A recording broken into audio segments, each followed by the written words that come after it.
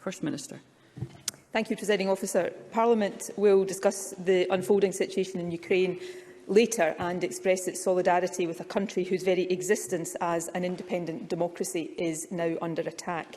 However, at this first sitting since Russia's full-scale invasion, I wanted to condemn in the strongest possible terms the unprovoked imperialist aggression of Vladimir Putin. There can be no doubt that he must now face the severest of consequences: sanctions on him and his network of oligarchs and agents, their expulsion from countries across the world, sanctions on his banks and their ability to borrow and function, sanctions on his energy and mineral companies, and here in the UK, immediate clean-up of the swirl of dirty Russian money in the City of London. But just as Putin must face and feel the wrath of the democratic world, the people of Ukraine must feel and not just hear our support and our solidarity. The world must now help and equip Ukraine to defend itself and resist Russian aggression. We must ensure humanitarian aid and assistance, and we must all stand ready to offer refuge and sanctuary where necessary for those who may be displaced. This is a critical juncture in history, perhaps the most dangerous and potentially defining moment since the Second World War. We live in this moment, but it is true to say that historic precedents will be set in the hours and the days to come. These will determine the new norms of what is acceptable or not in our international order. Putin is an autocrat. His control of the apparatus of state and of the economy, the military and the media can make his power seem impregnable. But as with most strong men leaders, underneath the veneer of power lies insecurity and fear. Fear of democracy, of freedom, fear of the kind of popular uprisings witnessed over recent years in Ukraine ever happening in Russia. And on that point, Presiding Officer, let us not assume that he is now acting in the name of the Russian people. We must ensure that anti-Putin forces within Russia have our encouragement and moral support too. Future generations will judge the actions the world takes in this moment. There are, of course, many complexities, but at its most fundamental, this is a clash between oppression and autocracy on the one hand and freedom and democracy on the other. We must all ensure that freedom and democracy prevail.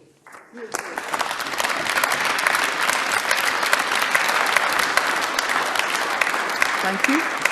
I call Douglas Ross. Thank you, Presiding Officer. The world we woke up to this morning is a far darker and more unstable place than when we went to sleep last night.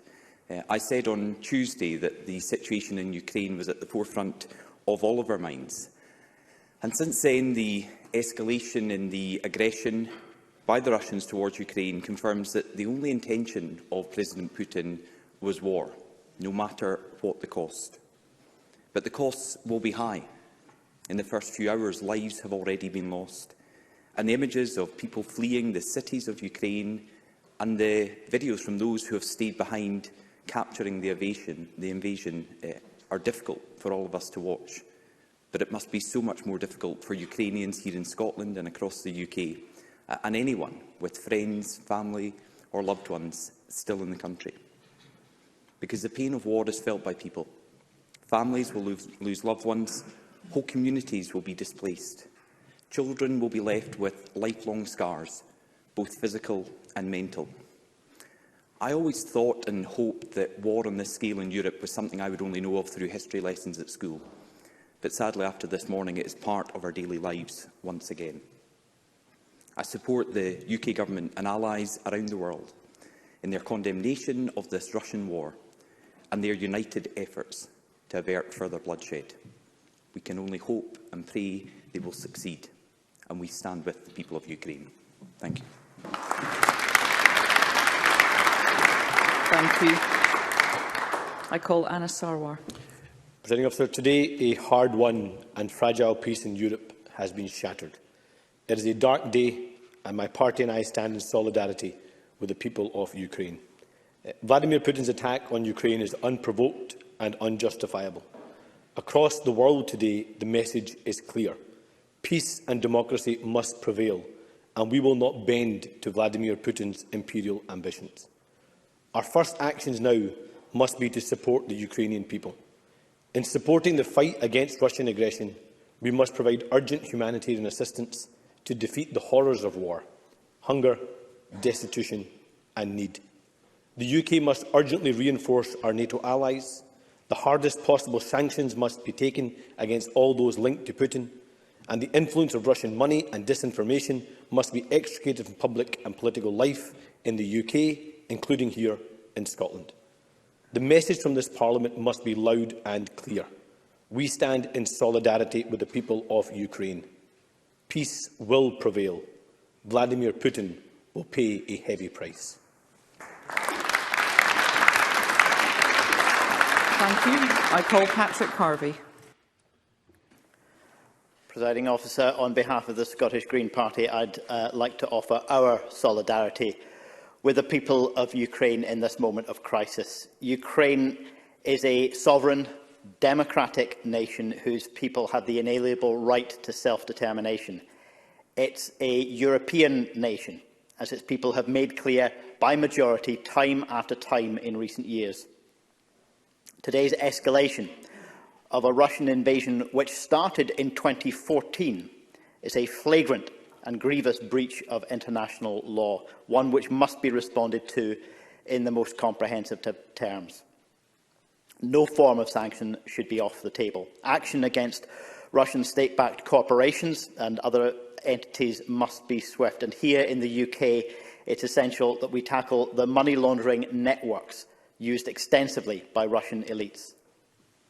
But it seems inevitable now that there will also be a significant flow of refugees from Ukraine in the coming days, weeks and months. I trust that Scotland stands ready to play our part to support them in any way we can. Let us all hope, even at this hour, that a prolonged war can be prevented. The devastation that would bring does not bear thinking about. We are proud to stand with the people and government of Ukraine, and I'm very pleased that that message is coming from the entire chamber. Thank you. I call Alex Cole-Hamilton. Thank you, Presiding Officer. I rise to offer the solidarity of Scottish Liberal Democrats to the people of Ukraine. Presiding Officer, we woke this morning to a much darker world. A few hours ago, and for the first time this century, a land war has begun in continental Europe, and we have no idea how this will end. The Russian regime has violated the sovereignty of a democratic state. They have broken international law, and they have threatened the very fabric of peace and security in our world. It's very likely that the invasion will lead to a catastrophic and wholly needless loss of human life. It will displace thousands of Ukrainians, and we must be ready to help. Presiding Officer, the city of Kiev is twinned with the city of Edinburgh. That relationship has to mean something. So we must be prepared to offer all those fleeing that conflict safe harbour in the villages and towns of Scotland. Today, the Parliament and all parties in it speak with one voice. We utterly condemn the expansionist aggression of the Russian regime and stand in total solidarity with the people of Ukraine.